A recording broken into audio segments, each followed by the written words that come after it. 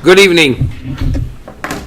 They say a story of a man that goes to a bar and he orders a whiskey. And as soon as he gets his whiskey, he starts trembling, and right away he throws the whiskey in the face of the barman. The barman says, "What's the matter with you?"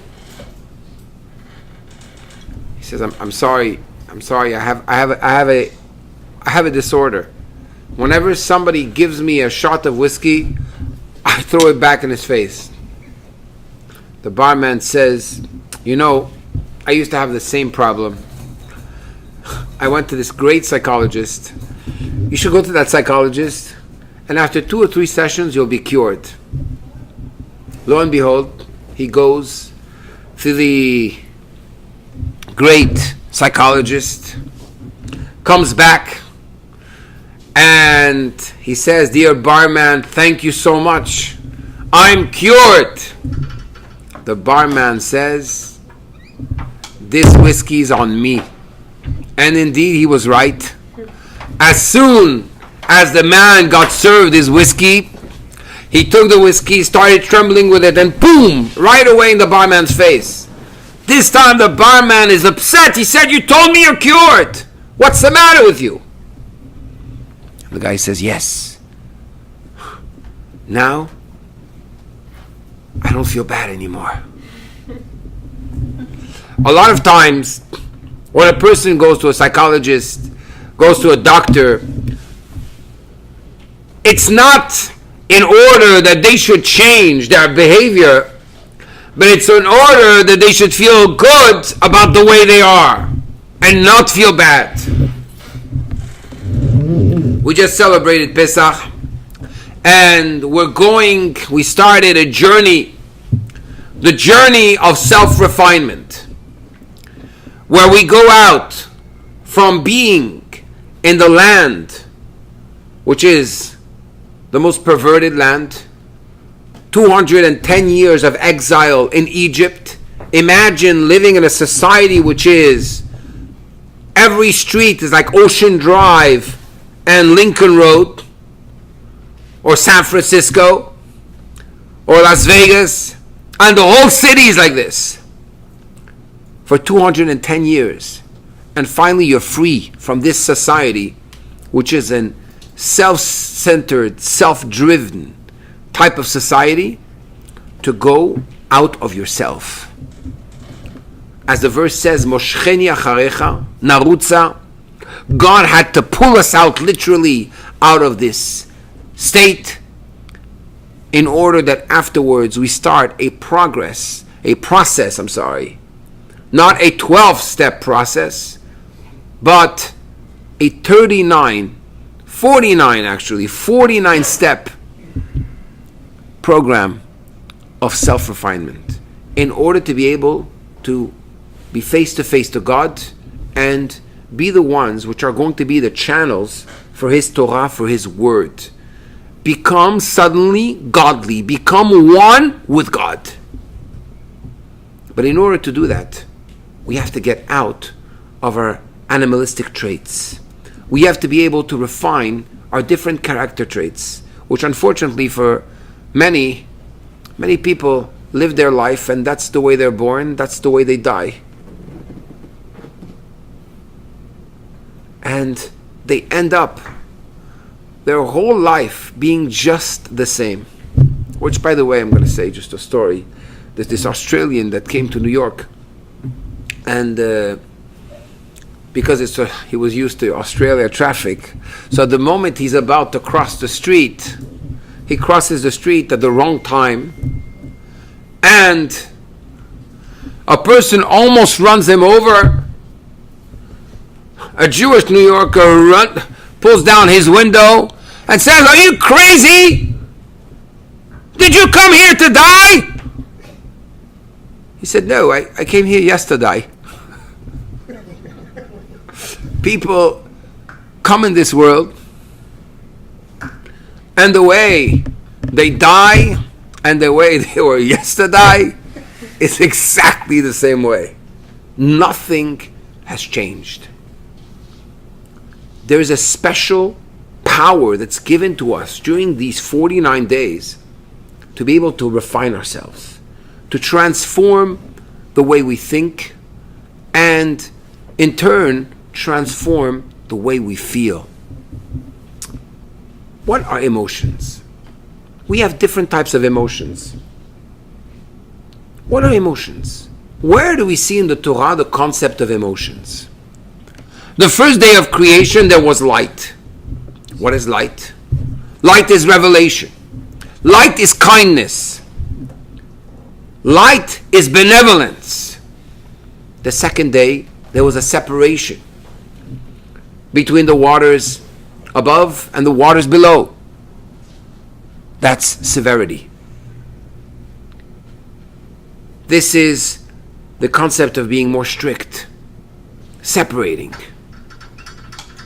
Every one of the days of the week, God created through an emotion. Every day represents another emotion.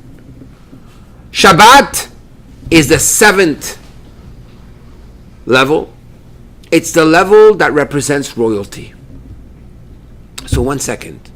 God created the world in 6 days. On the 7th he rested. Each one is an emotion. So what is time? Time, creation, is emotion. You know, sometimes you're going to a very important meeting and you're there in your car in front of that red light, and it's only 1 minute, 60 seconds, maybe 120 seconds. But that 120 seconds appear to be an eternity because you have to go somewhere.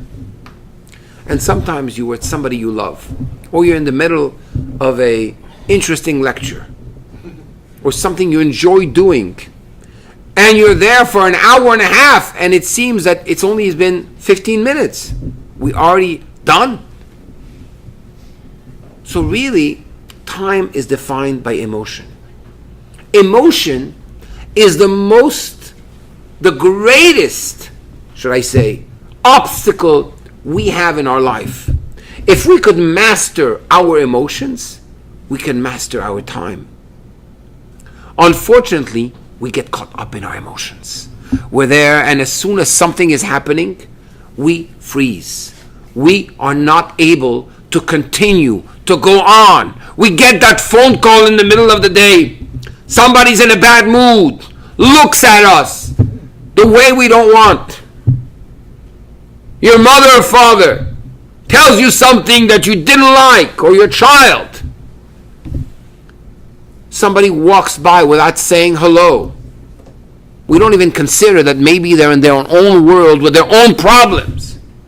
We just are so self-centered and self-absorbed that we think it's about us, about the 3 levels of the animalistic soul: me, myself, and I. So we need to let go. We need to learn to control our emotions. Have healthy emotions. Have emotions which are mastered. By what? By our brain.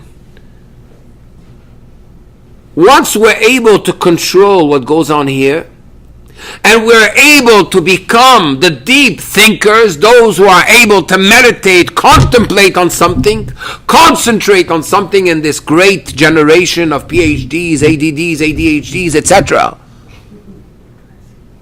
It's important to be able to have that focus and to give peace, have that peace of mind in order to have that peace of heart, in order to be able to direct these emotions. Because, you know, emotions are so powerful.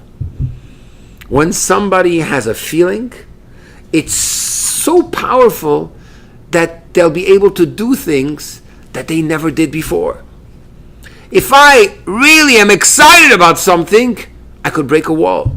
We see when a person is in love, nothing will stop them. They'll start waking up in the morning. They won't be able to go to sleep. They'll be able to go on that diet they've been wanting to go on for 20 years. There's so many things a person does when he is emotionally driven. But the problem is, we let the emotions carry us in so many different directions. It's called pizur hanefesh. We're spread in so many directions. There's a teaching of the Rebbe Rashab that says, "Apnimi yezvu eriz is in ganzen." Somebody that lives a real life, an eternal life, an internal life, and is able to make out of the moment an eternal moment, is somebody that is present. If you are present at the moment you're doing what you're doing, at that moment you start becoming the master of your emotions. The problem is, we go on vacation and we think, oh, at work I have so many things, and we don't spend time with our kids and with our spouses and with ourselves, connecting to what we need to connect. And when we're at work, we're thinking, oh boy, when I have that vacation, I'm going to enjoy it so much. And that's why people come back from vacations more tired than they were before they left. Because they expect something to happen and nothing happens. So, I have a friend. He was a partner in learning in yeshiva. His name was Rav Yochanan Morozov, a great genius of Torah. And one day, we were studying the Talmud, and I noticed he had this yellow pad, and he was taking notes. But the notes seemingly had nothing to do with what we were studying at that moment.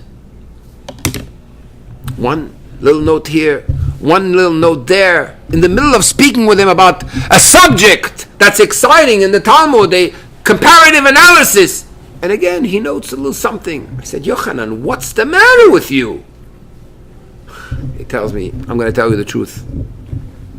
In the middle of our learning, I have thoughts that go through my mind. And a thought tells me, Yochanan, you're a nothing. You're a zero. Did you see how you prayed this morning? You call that a prayer? Yochanan, you're an animal. You're so driven by your stomach. As soon as you see food, you want to eat it. Yochanan, you're this, and Yochanan, you're that, and it's knocking me and breaking me over and over again. Imagine, he tells me, if I had to listen to my thoughts now, I would freeze. I would be out of it. I would not be able to study with you. I wouldn't be able to maximize this moment. So what do? Brilliant. I write down the thoughts that go through my mind. And instead of giving my emotions, my negative emotions, attention on their terms,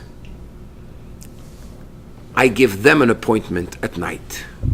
And I review all these thoughts that came through my mind. And I realize, heck, 95%, if not 99% of this is absolute nonsense. But if I had to give it attention now, if I wasn't present in what I'm doing, if I was just led by distraction, I would be nowhere. I would accomplish nothing from my days. And isn't that what we do to ourselves day in and day out? Did you ever ask yourself what people love social networking, which is not working? Because somewhere, somewhat, what are we trying to do? We're trying to muffle. We're trying to muffle these emotions. We're trying to muffle something. We're trying to cover up the call for action, the call for change, the call for betterment, the call for self-refinement. So what do? We just get distracted. What did you do today? There is movement and there is accomplishment. What did you do? What are you doing? How are you doing? Oh boy, I'm busy. Busy with what? Well, you understand, I have 5,000 friends on Facebook, and I have my Instagram, I have my WhatsApp, and I have this, and I have that. Boy, that's so much. So much stuff is going on. But what are we doing? We're just saying, you know what? Now, I don't feel bad anymore. Just like our story with the barman. I just want to muffle it up, go through another year, another waste of time, no radical changes. Let's not shake the boat. Are you ready to shake the boat of your life? That's the question. If you want real change, you think it's going to happen by just going with the same energy and the same habits that we have day in and day out? Wake up with a cell phone, go to sleep with a cell phone. Wake up with everybody, just like my friend Rabbi Yochanan. The thoughts are coming into your mind. Today, we don't need our mind to go and attack us. We have all these messages coming all the time. You know, I just went to Israel for a wedding, for a family simcha with my whole family. I came back and I lost my data plan with AT&T. So, my phone broke last week. I had to change it, and I'm back with my data plan. But for 3 weeks, I didn't have any data plan. Which means, when I'm at home, I have Wi-Fi, I get my messages. When I'm at work, I have Wi-Fi, I get my messages. When I'm in somebody's office, I have Wi-Fi, I get my messages. The rest of the time in the car, I've never driven safely like I've driven during these 3 weeks. Peace of mind. Didn't feel attacked. Didn't feel solicited all the time. And I was able to think straight. Give yourself a break. If you want to break out of where you are, give yourself a break. This is what these 49 days are all about. It starts with the week of Chesed, the week of kindness. I learned during that week how to be kind. Does kindness mean that I need to be everything for everybody? I need to be this super popular guy that's going to just make it with all my friends because I'm always there for you but never for me? Is it that person that says, no, there's a time for everything? Do you respect yourself? Do you respect who you are? Have you ever been kind to yourself? When you say no to somebody, you're saying yes to something that you need to do. So I'm going to tell you, Chesed, kindness, is wonderful. But you can spread yourself very thin. And as a rabbi, for me it's even more difficult.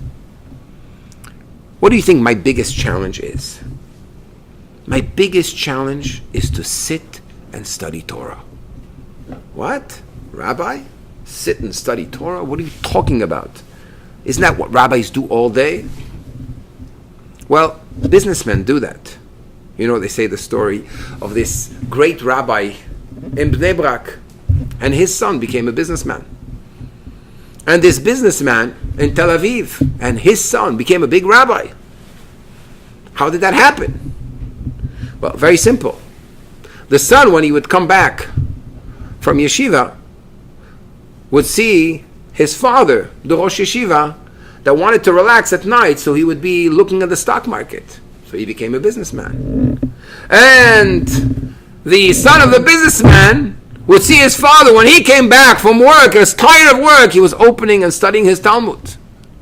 So you are what you see. Eventually, that's what you become. My biggest challenge is, as a rabbi, 1 second, don't I have to be there for the whole community? Shouldn't I be all day long saving the world? The famed Magid of Mezrich, the successor of the Baal Shem Tov, one day, in the middle of receiving people, said to his gabbai, to his assistant, please, no more. No more? What do you mean? You have a long line of people waiting to see you. No more. I didn't study my daily studies. Rebbe, the holy Magid of Mezrich is not able to give up on his personal studies to serve the people. Isn't that why you were created? And the Magid of Mezrich said, why do people come and see me? Because I'm the Magid, the great Magid of Mezrich, right? And what makes me the great Magid of Mezrich? The fact that I study. So if I don't study, I'm not the great Magid, and there's no purpose for people to come to see me. So sometimes when you have to make a difference between business and holiness, it's easy. But when it's between two levels of holiness, Amavdil ben Kodesh le Kodesh, that becomes a little more difficult. Where do I stop? Maybe I have to give myself to everybody. But maybe I have to take care of myself. So within chesed, within kindness, you have to find the balance. How do you do that? For me, it was very difficult. Very difficult. Because we're on a mission to save the world and to help everyone. So it starts with taking a few minutes, starting with 10 minutes. 10 minutes on the clock, taking this beautiful application called Clock on your phone, putting it on silent and saying, for these next 10 minutes, the world doesn't exist.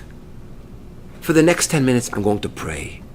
For the next 10 minutes, I'm going to study. For the next 10 minutes, I'm going to do something for my soul, for my body, for my intellect, for my emotions, for something that's going to make me a little healthier, a little stronger, so I'll be able to be there for everyone. Because in case of depressurization, you should put the mask on yourself before you put it on anybody else. Because if not, you won't be there for anybody else. So even chesed, kindness, love, has a certain balance in order to be healthy love. If not, it's just, I'm all over the place, right? I'm all over the place. And I'm nowhere at the same time. I have no direction. Even in a couple, the big mistake of marriage. Oh, I am a half. You're a half. 1 + 1 is 1. All you need is love. Nonsense. 1 + 1 is 3. I'm an individual. You're an individual. Together, the synergy of both really become another dimension.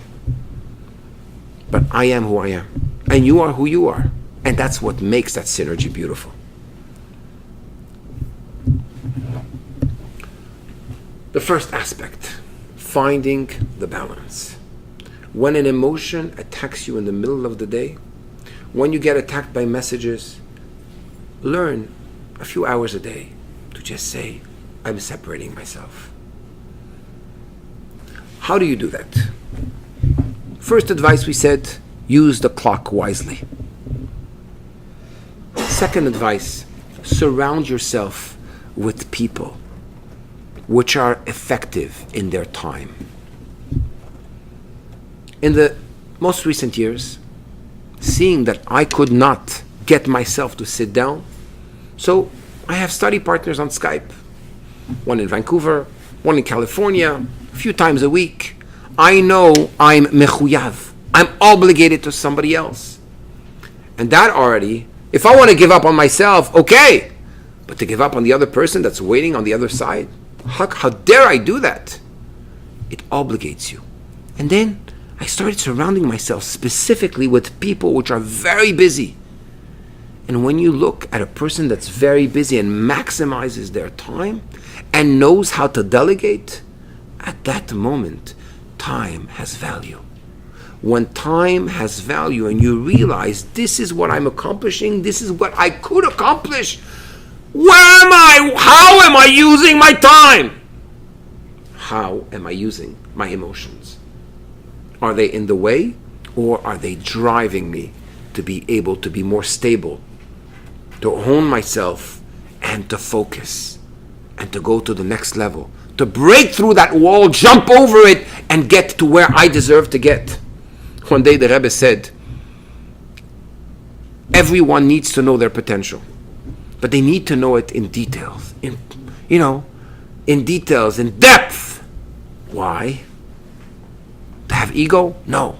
To know how much to ask from yourself. Because if you can work with jewels, with diamonds, and instead you're a baker, baking and bread is essential. But for you, where you're holding in your life, with your qualities, this is what you satisfy yourself with? Stop comparing yourself to others.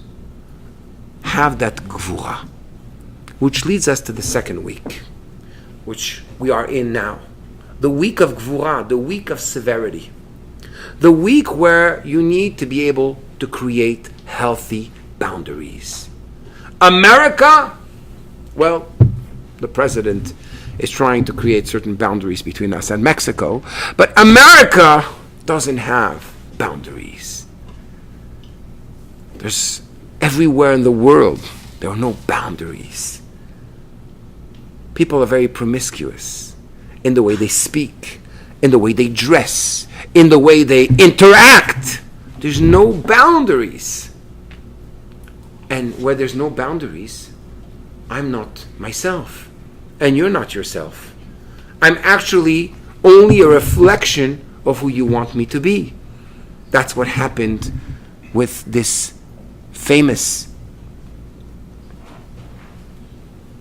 website that took over the world after a young Jewish boy was touched by a game that his father was playing with him when he was a kid. It was called Peekaboo. And here the child, the little baby, would put his hands on his face. You can't see me! Peekaboo! Wow! A moment of great excitement. But let's go back to the child that is doing this. What are you talking about, my child? I can't see you. You can see that I see you. And therefore you think I can't see you. Mark Zuckerberg eventually grew up and created Facebook. Peekaboo, I'm not here, I don't have a like, I'm not present, I don't exist. The worst day for a person when he opens a Facebook account is the first day. You have no friends. That moment is a terrifying moment. But afterwards, suddenly, you have friends. Virtual friends. I love it when people call me and say, Rabbi, I saw that you have amongst your 5,000 friends, because you can't have more than 5,000 friends, I saw that this person's your... Can you tell me about them? What are you talking about? Do you think I have time to look at my Facebook account? Boundaries. Healthy boundaries. In time, in space. Respecting yourself, respecting the other. If you look in all relationships, what is the problem? In the relationship between the sea and the earth, when the sea doesn't respect its boundaries, there's a tsunami. And where there's a tsunami, there's a destruction. If I, as a parent, don't respect my child's boundaries, and he doesn't respect my boundaries, and if I don't respect my son-in-law, my daughter-in-law's boundaries, there's going to be a major problem. I remember when my first teenager, we're very family-oriented in the family. Kissy, huggy. So my first boy came 14, 15, and I'm here and say, oh, I'm kissing him and hug. It was a shock for me. Big shock! What is he doing? This is not how I grew up. Then I realized, no, he wants to talk. He wants another type of relationship. I have to respect your boundaries, your way of communicating, your needs. Gvura, healthy boundaries. Afterwards, we have to find the medium, the power of synergy. Sometimes, Maimonides says that we should never be extremists. Extremism is no good. Avraham was an extremist in love. Besides having a tzaddik, a son like Yitzhak, he had Ishmael. The Talmud says Yitzhak was an extremist in his severity and being ready to sacrifice his life for God. That's great. That's amazing. But out of that, besides having a tzaddik like Yaakov, he had an Esav. Yaakov is the one that found the balance, the inner balance of being able to love and to know your boundaries at the same time. And it's not by accident that this way, as the Rambam says, Maimonides says, you should never be an extremist. You have to go in the path, which is the middle path. What is the one case, the two cases actually, the three cases, where you're allowed to become an extremist? If it comes to anger, you have to be extremely the opposite, polar opposite of anger. When it comes to ego and humility, you have to be extremely humble. We'll talk about that soon. But then, once you came to that other extreme, you found the medium. What is the path? Which is the middle path? Shvil HaZahav. Shvil HaZahav is the path which is not at one extreme or the other. It's Yaakov. What does Yaakov represent? Yaakov represents Torah, the study of Torah. If I study Torah, I'm connected to the knowledge of God. I have a path, which is the central path. It's called Tiferet Leosea v'Tiferet Lo Min Ha'adam. It's good for the person, it's good for the people, it's good for your relationship with God, it's good for you at a personal level to be able to reach another level in your life. A person that's just attached. I once had one of the, I think it was one of the great speakers and writers that came to pray at our synagogue. And I said, please say a few words. He said, no, I want you to say a few words. I said, please, you're the speaker, say a few words. He said, no, whatever I'm going to speak, I already heard. I want to hear something new. Whatever you know will not take you out of your situation. The Talmud says in Masechet Brachot that a rabbi was sick. Another rabbi came to visit him and said, do you enjoy being sick? He said, no. He says, very good. He blessed him and got him out of his sickness. The same rabbi which was able to get this friend out of his sickness got sick himself and couldn't get himself out of his sickness. Somebody else had to get him out of his sickness. So the Talmud asks and says, I don't understand what's happening here. You have the power to heal. Why can't you heal yourself and get out? He says, because en chavush matirat atzmo mi bet ha'asurim. A person which is bound cannot free himself. You want to be able to be free? You want to be able to create a path which is going to be a solid path? You have to be able to connect to a higher knowledge. That same knowledge of the Creator which He gave you in the Torah is the ultimate knowledge which is going to give you a new way, a new opening of your mind. You know, it's interesting, the Mittler Rebbe, the second Lubavitcher Rebbe, writes in Derech Chaim. He asks a question. He says, in the third paragraph of the Shema, we say, "Velo taturu acharei levavchem v'acharei einechem." You should not stray after your hearts and after your eyes. And he asks a simple question. Your heart and then your eyes. Isn't it the opposite? You first see, then you desire, then you do. He says, no. A person only perceives with his eyes what he desires in his heart. And therefore, the moment that the information that I feed my brain with is YouTube, Facebook, CNN, all the junk food information, I feel like junk, and I'm sitting and I'm stuck where I am. I'm not moving. The moment I feed myself with something which is higher than me, demands from me, my mind thinks in a different way. And suddenly what I saw as a wall before is actually a great door to a great palace, to a great new avenue. But first it has to change over here. And that power, Tiferet, is the aspect of Torah. And then we go to the next week. The week of Netzach, victory. We all want to be victorious. We all want to have that eternity, that power. But in order to do that, you need to compete. As we said before, it depends what is the environment that surrounds you. Who are the people you're surrounding yourself with? What are they busy with?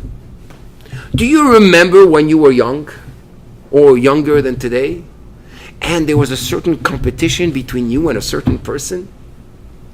Maybe you were in yeshiva, maybe you were in school, maybe it was in sports, whatever area of your life. The moment there was that competition, you said, I'm ready to fight. There was, in France, there was a publicity for Porsche. They said the greatest race is the race against oneself.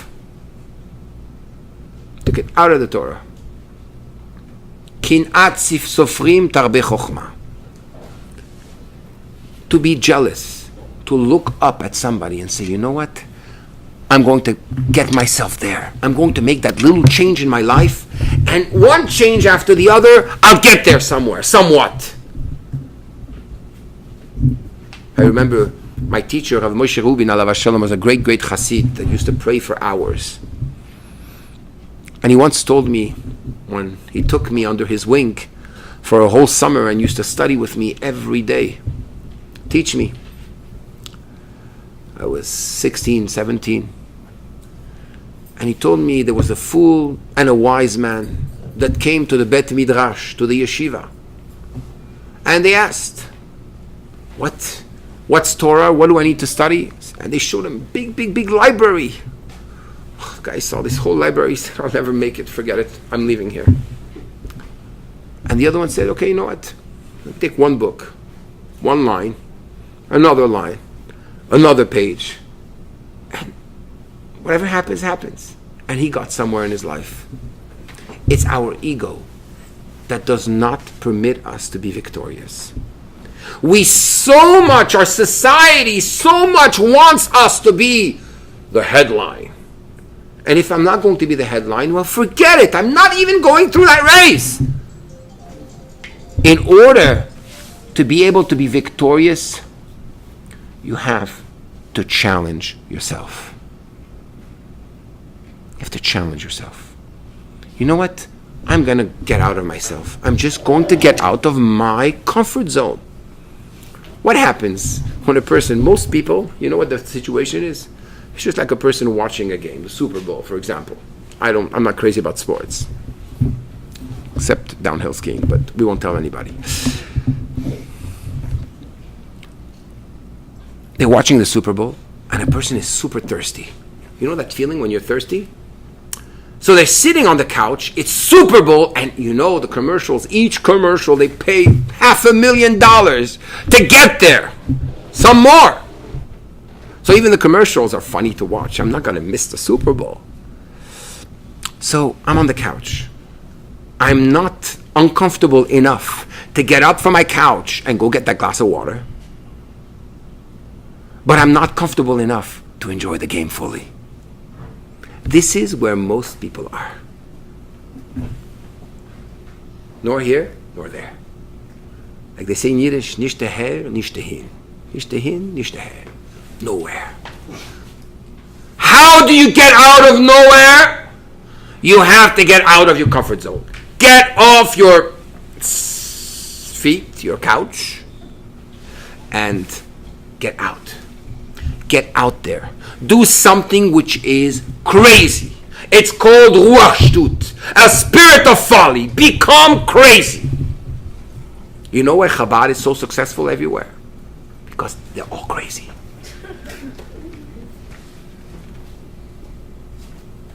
Everybody is ready to do something which is radical and crazy. It's teenagers that never grew up. Be a teenager again. Be crazy again. Should I say, let's make you crazy again? So I don't know if it's the country is already becoming great or crazier. I don't know. Whatever. Do something crazy. Something crazy for each one at his level. It could be something different. Something crazy could be shutting the phone and doing something good. Something crazy could be doing what that rabbi did 15 minutes a day. That rabbi, the Rosh Yeshiva, the head of a yeshiva, used to lock himself up in a room for 15 minutes. Nobody knew what he was doing. One student once hid himself under the desk to see what is the rabbi doing. Maybe he's doing some holy Kabbalah, right? And the rabbi was going crazy. He was screaming. He was jumping up and down. He was moving all over, going nuts. The student couldn't handle it anymore. Went to the rabbi. He said, Rabbi, what's the story? He said, look, we all have a little craziness inside of us. I just was able to concentrate that all the craziness should come in that 15 minutes where I just let go. Put some Hasidic music and start dancing. Walk in the street and smile to somebody. I tried it in Israel. It's incredible. Because in Israel, people that look like me, that are hairy in their face, are not always so welcome. So I made it a point one trip. I'm going to smile to every person and say, Shalom Aleichem. And I did. And it was incredible. Shalom Aleichem. I said to the bus driver on Shabbat morning while he was smoking his cigarette. And I said, do you know where this street is? I need to go to the mikveh. He said, Ta'amin li, I'm telling you right now, if you would not have said shalom, I will never tell you the direction. And then I'm walking by, two ladies, and I said shalom. They looked at one another. I'll never forget this. Madhim. Incredible. Wow. This person actually recognized that we're people too.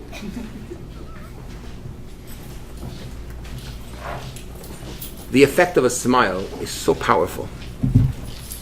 A student once told me that the word chiyuch in Hebrew is chai, which means bring life, vav chaf, 26, to God's name, which has a numerical value of 26. You want to bring life to God in somebody, the God that's in somebody, just smile at them. A person could be like this, of stone. Kamayim apanim el apanim. A face reflects the heart of another. If you're going to smile to somebody, you know they might be stuck up. At the beginning, they'll think you're crazy. It's okay. I once had an older lady, when I was a rabbi in Bal Harbor. An older lady approached me and said, Rabbi, thank you. I said, I'm sorry, ma'am, you have the wrong, we all look alike. No, it's you. Thank you for what? She says, you saved my life. I said, I'm sorry, ma'am. Really, you have the wrong person. And then she said, no, I'm going to tell you the story. She said, I had lost my husband 6 months before. And I had one son, and that son doesn't speak to me. I was once going on Collins Avenue, the main avenue in Bal Harbor, and as I was walking, I had all these dark thoughts coming to my mind, one after the other. And it was getting heavier and heavier and heavier. And I said, you know what? Who needs me in this world? I'm useless. And I was really contemplating jumping in front of the next car and just ending my life. That's where I was. And just at that moment, you walked with your daughter. She's 22 today.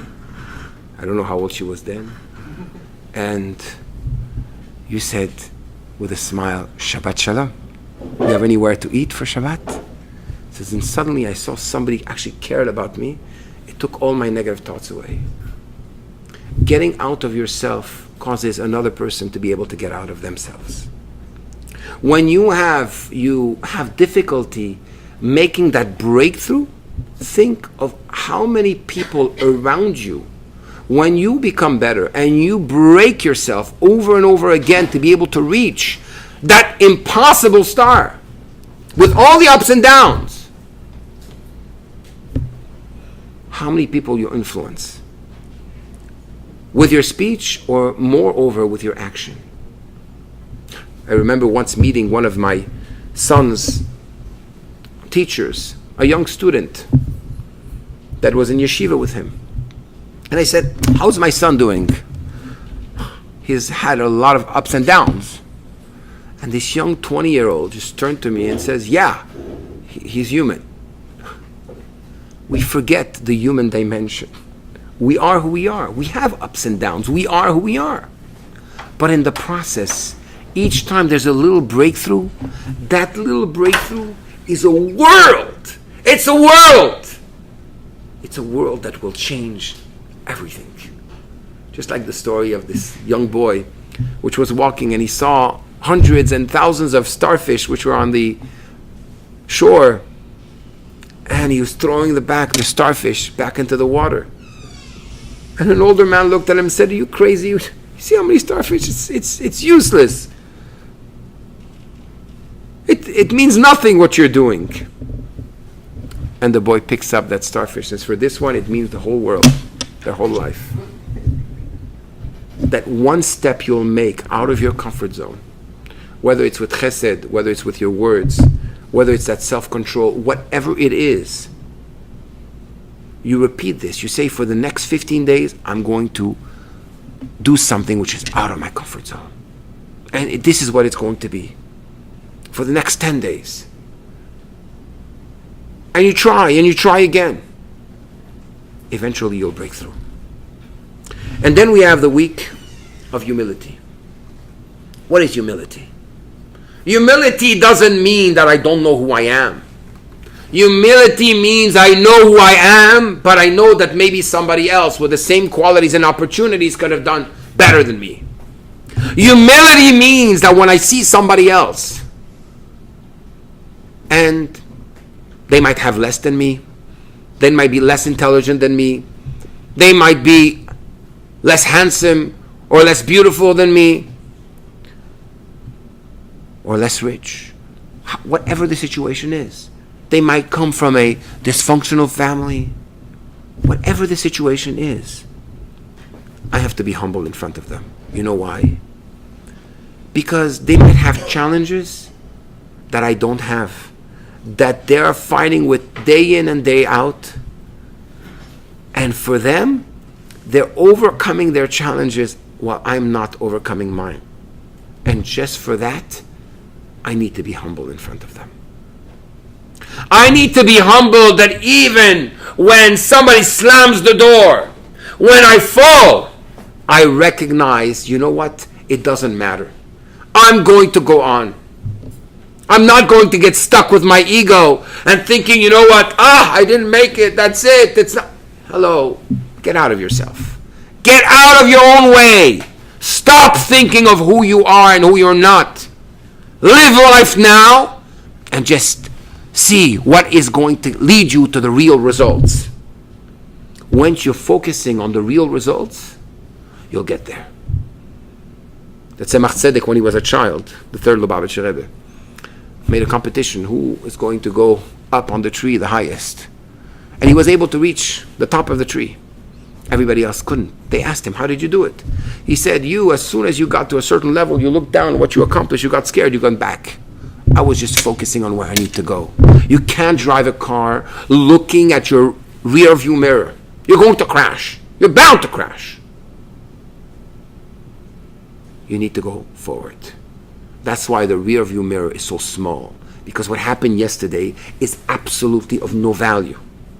You have people that won the Olympics of 1970, I don't know what, and they're in 2018. It says, I'm the Olympic winner of gymnastics. Who cares? Your accomplishments of yesterday are nothing. What's important is today. What are you doing with this moment right now? Are you maximizing it? Are you enjoying it? Are you enjoying the ride? Are you doing this with simcha, with joy, with, what an opportunity. I'm still here. I have my two legs, my two eyes, my mouth, my hands. Wow, what a gift. I woke up this morning. Surrender. Surrender to His will. Stop being the actor of your life. Become the spectator. What I mean by become the spectator, I mean to say, if God leads you in a certain path, flow. Don't get stuck. Don't think I have to do it. Oh, it has to have my name. I remember once seeing in a funeral home, a little sign, one of these smart signs, said, anything and everything can be accomplished as long as people are able to forego the credits for it. People are ready to forego everything, but they want to be at the headline. Humility means that I'm needed here. This is what I accomplish, that what I need to accomplish, this is what needs to be accomplished. Who cares what happens afterwards? Once you become authentic, you become real with yourself. You become sincere. And you say, I'm sorry, I don't know. Big challenge when you're a rabbi, a young rabbi, and when I started, people asked me questions and I didn't know. I think it's like this. It doesn't fly. I'm sorry, I need to check. I'm going to go and I'm going to check it out. I don't know. There's no more beautiful thing that I don't know. Your question is going to move me to the next level. I'm going to look in something I never looked into. Thank you. Have the honesty of saying, I am who I am. I'm not the image that people think. I am who I am. I know who I am, and I'm happy with where I am. Meaning not that I'm happy with where I am. You could be happy, but you can never be satisfied. I'm happy with what God, the situation God has put me into. And that's why when somebody asks you, how are you doing? Never answer, it could be better. Because if it could be better, it would be better. Say, it's the most phenomenal thing that happened. Today is the most phenomenal day. I remember when there was a hurricane recently. It was very funny. We have a group from the community. There's this guy that puts, imagine just a few days ago we were worried about our bills, we were worried about this, we were worried about that, and now we're running away, we're going to Orlando, and we're going to Sarasota, and we're going to Atlanta, and we're running from one place to the other, and if we could just go back to what was yesterday. At the end, the miracle happened again and again. And it didn't hit the way it was supposed to hit. It wasn't the disaster it was supposed to be. 2 days later, the same guy puts on the chat, life is so difficult. Humility. What you have today is the biggest gift. If you're able to smile at life and not think I'm owed something. En adam med v'chatzita avato biyado. A person doesn't leave this world being completely satisfied. Nobody is satisfied. Even the wealthiest man is not satisfied. But once you recognize it's all a gift, it's a matana, it's a gift. I woke up, I'm breathing, it's a gift. If you're able to start enjoying the simple things of life, you will see that suddenly your life is going to take another dimension. It's just like when you go on a diet, a real diet, a detox, and you stop the sugar, and you stop all the carbs, and you stop all the salt, and suddenly you start tasting the food.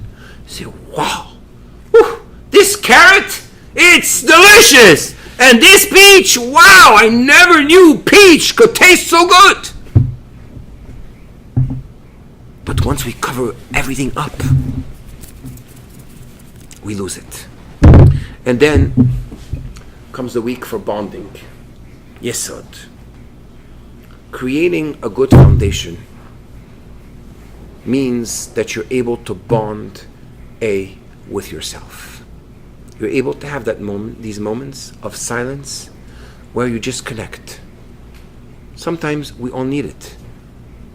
We have so much obstruction and so much stuff going on in our lives that we never take the time to bond with ourselves. I'll tell you personally. Recently, I went away to the mountains for 2 days. I had too much stuff going on. And for 2 days, I was trying to think. I was trying to feel. I couldn't feel and I couldn't think. I was brain numb and emotionally numb. But I just let go. I just said, you know what? This is a time for me to just be present and separate myself from everything. Just bond to myself, my inner self. Bond to God. Be one. Once I did that, after 48 hours of doing that, I was able to make a plan of what my future is. But when you're in the middle of the hurricane, you can't make any plans. That's why we pray. The moment of prayer is a moment of bonding. That's why having a cell phone in the moment of prayer is a no-no. You're praying, take the time to pray. Bond to yourself. Bond to God. Speak to Him. And see how He will respond to you. It's incredible. When you are present, you will see. There's a great rabbi, Rabbi Hanina ben Dosa. He knew when his prayer was accepted and when his prayer was not accepted. When was his prayer accepted? When he felt it was flowing in his mouth. When he was getting stuck and studying on his prayer and he was getting distracted, he knew his prayer wasn't accepted. It's about that fusion. Where you know what? I'm not asking for anything. I just want to bond with you, Hashem.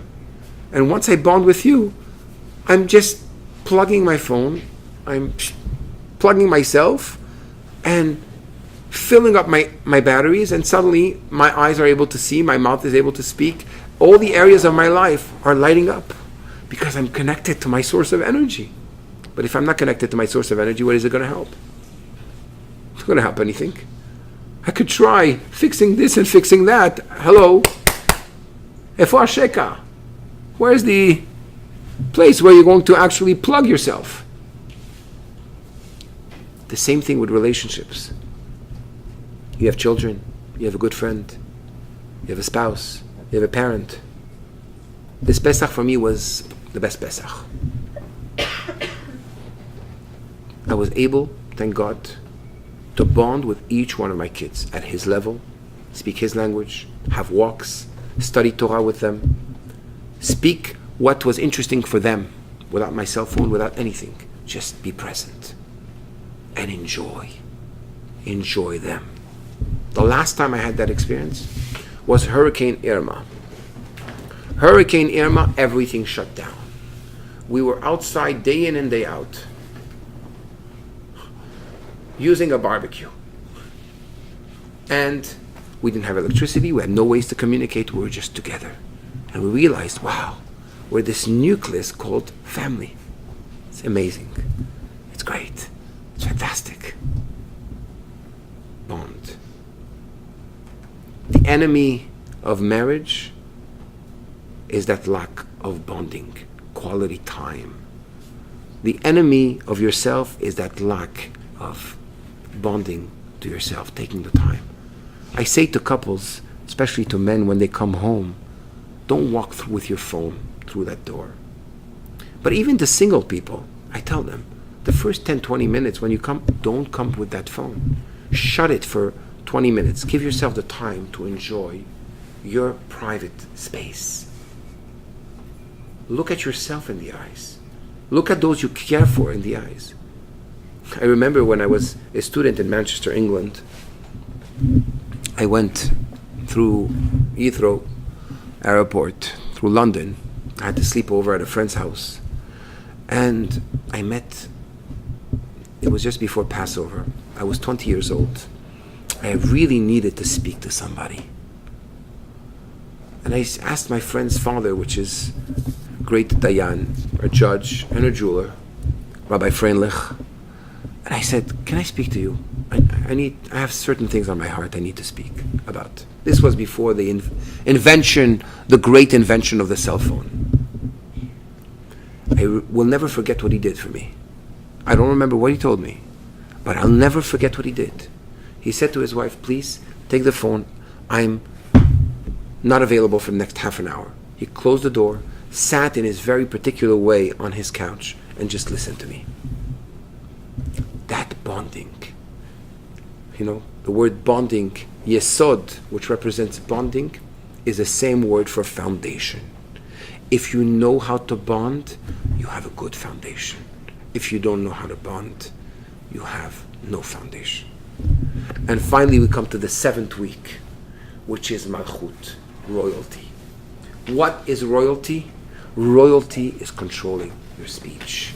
Knowing what to say, when to say it. Knowing to be quiet when you need to be quiet. Knowing to listen carefully. Knowing to speak out what's on your heart in order to be able to get it out of your system. You see, speech is nothing. Speech is nothing. It's not intellect. It doesn't have a brain. Your mouth doesn't have a brain. Your mouth doesn't have emotions. It's just a recipient. It's a loudspeaker. But Chassidut explains that loudspeaker, which is the lowest level, is connected to the crown, which is above the head. That's why the moment you start speaking, suddenly you have a new flow of ideas. Things get organized. Suddenly you get inflamed and excited about things. The moment you speak. Speak to a friend. Speak to God. Speak to yourself. Today, it's okay. You walk in the street and you start speaking to yourself. Don't worry. They'll think you're on Bluetooth. They don't know you're on Bluetooth with God. It's not a problem. Or with yourself. Speak. Don't keep it inside. People keep things inside, and these things get stuck. And people get upset for nothing. You make your life miserable. Seek to understand before you seek to be understood. But speak it out. Once you start speaking it out, at that moment, you're going to see that you'll get out of your problems. You'll get out of who you are. Now, to become who you really deserve to be. So let's maximize these weeks. Let's make these weeks where each part of us, each one of our emotions is taken care of. We're emotionally balanced out. Like this, when we come to Shavuot, we become real people. We're not caught up by our animalistic self. We're able to really enjoy being me. Just enjoy being yourself. Imagine waking up in the morning and saying, you know what? Wow, God gave me another day. Today I'm going to maximize it. So I'd like to give everyone here a little exercise. It won't cost you any money, but it's going to cost a little effort. Every day, I'll conclude with a story, and this will be the exercise. One day, a group from the UJA came to see the Lubavitcher Rebbe, young professionals. And the young man says to the Rebbe, Rebbe, I heard that you can perform miracles. Is that true? And the Rebbe said, every Jew is imbued with that power, with that infinite breath of life called the neshama, the soul. And therefore, every Jew is above nature, and every Jew can create a miracle. So the student said to the Rebbe, could you perform a miracle for us right now? So you can imagine what happened. Suddenly things started levitating. No. What happened? The Rebbe said, certainly, I'm going to ask each and every one of you, before you go to sleep, to ask yourself, how can you make tomorrow better than today? And that will be the greatest miracle. And that's what I'm telling you. Which really, the Rebbe said, the reason I can ask you to do that is because I do it myself. I don't know what that means, because the Rebbe if he went to rest, it was at 4 o'clock in the morning, and he was up before everybody after spending a whole day taking care of thousands of people and answering letters and studying and teaching, etc. How could tomorrow be better than today? I'm dumbfounded. But for us, at our level, if we're going to make that exercise and make it more potent, more effective with a friend, for these days of Sirat HaOmer, text one another and say, you know what? This is how I'm going to be better tomorrow. This is what I'm going to do tomorrow. And then at the end of the day, you write, these are my 3 accomplishments of the day. This is what I would like to do tomorrow. And you send it to your friend, they send it to you. You're going to see that suddenly you're going to come for that process, even if you do it by yourself, but it's better with a friend.